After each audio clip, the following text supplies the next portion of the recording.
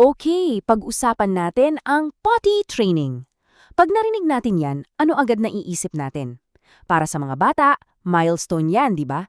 Pero para sa ating mga magulang, aminin natin, medyo sakit ng ulo minsan. Pero paano kung sabihin ko sa inyo na itong prosesong ito, higit pa sa pagtanggal ng diaper, ay isa palang napakahalagang susi para sa kalusugan ng buong pamilya? Tara, alamin natin kung bakit. Iyan ang tanong, di ba? Milestone ba to o isang malaking pagsubok? Well, para sa marami sa atin, pareho, isa itong mahalagang yugto sa buhay ng bata. Pero kasama rin talaga dyan yung mga hamon. Pero ang totoong tanong dito ay, bakit nga ba natin ito ginagawa? Kasi, may mas malalim na dahilan yan kaysa sa pagtitipid lang sa diaper. Isipin niyo to, ang pag-potty train ay hindi lang tungkol sa pagturo sa anak mo kung paano gumamit ng banyo.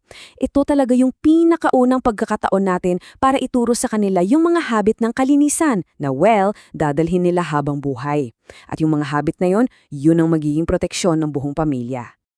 Okay, so mula doon sa mga nakikita nating challenges sa potty training, yung mga, alam mo na, accidents, lumipat tayo sa isang kalabang na hindi natin nakikita. At yan ang tunay na dahilan kung bakit napaka-importante nito. Ang kalaban na to, mga mikrobyo at sakit. Kasi ang totoo, yung tunay na panganib, hindi yung dumi mismo na nakikita natin. Ito yung mga hindi natin nakikita. Yung milyon-milyong mikrobyo na kasama nun. Kapag hindi tama ang pagtapon ng dumi, grabe, ang bilis kumalat ng mga yan sa buong bahay, sa komunidad, na hindi man lang natin namamalayan. So may scientific term para dyan. Ang tawag dyan ay fecal-oral route. Medyo technical pakinggan pero simple lang yan. Ibig sabihin, ito yung paglalakbay ng mga mikrobyo galing mismo sa dumi na napupunta, one way or another, sa bibig ng ibang tao. At yun, doon na nagsisimula ang sakit. Nakakatakot isipin pero totoo yan. Okay. So paano ba eksaktang nangyayari yung pagkalat? Madali lang tandaan. Isipin nyo lang yung 4 Fs. Ang unang F, fluids o tubig. Kapag ang dumi ay napunta sa sources ng tubig, sa ilog, sa balon, at yung tubig na yon ang nainom natin o ginamit sa pagluto, ayun na.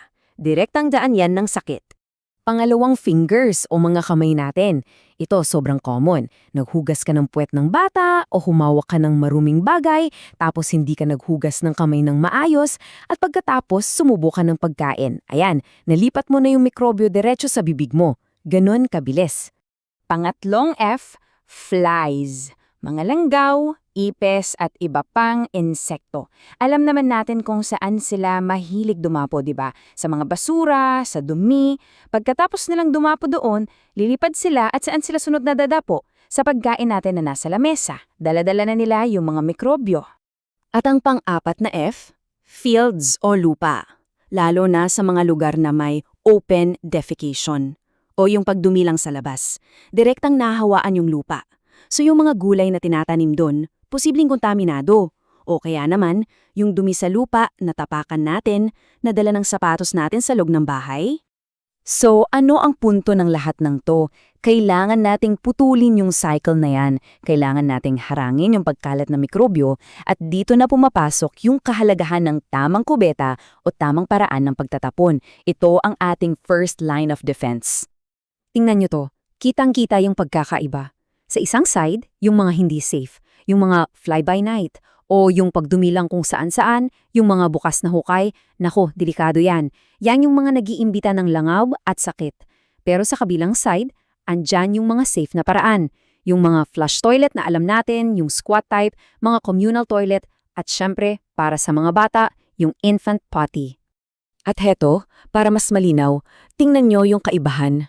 Yung bukas na hukay sa kaliwa, parang open invitation yan sa mga mikrobyo para kumalat sa pamamagitan ng langaw, ng tubig ulan, pero yung modernong inidoro, yun, kinukulong niya yung dumi, ligtas na naitatago, at pinuputol niya yung pagkakalat ng sakit.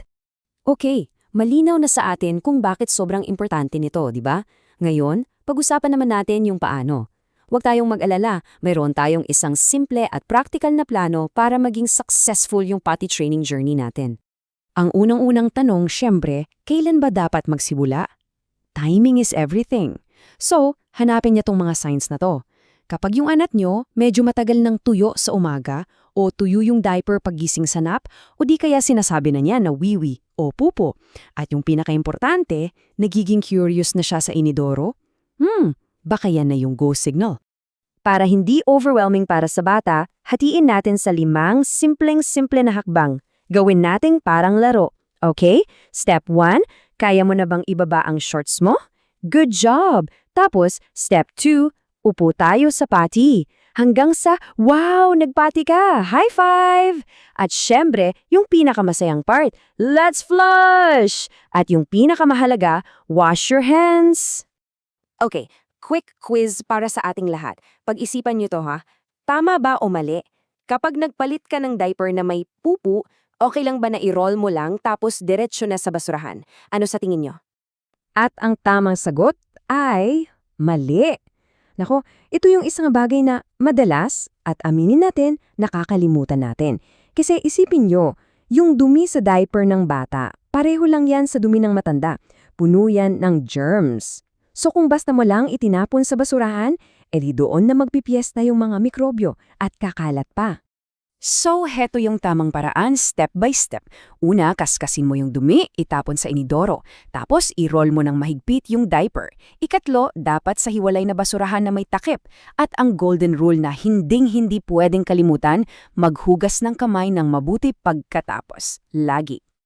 At dahil napag-usapan na ang paghugas ng kamay, bigyan natin to ng special mention. Kasi sa totoo lang, ito talaga yung gintong panuntunan. Ito yung isang habit na nagko-konekta sa lahat ng pinag-usapan natin para maging safe ang pamilya. Sobrang importante nito, kaya uulitin natin.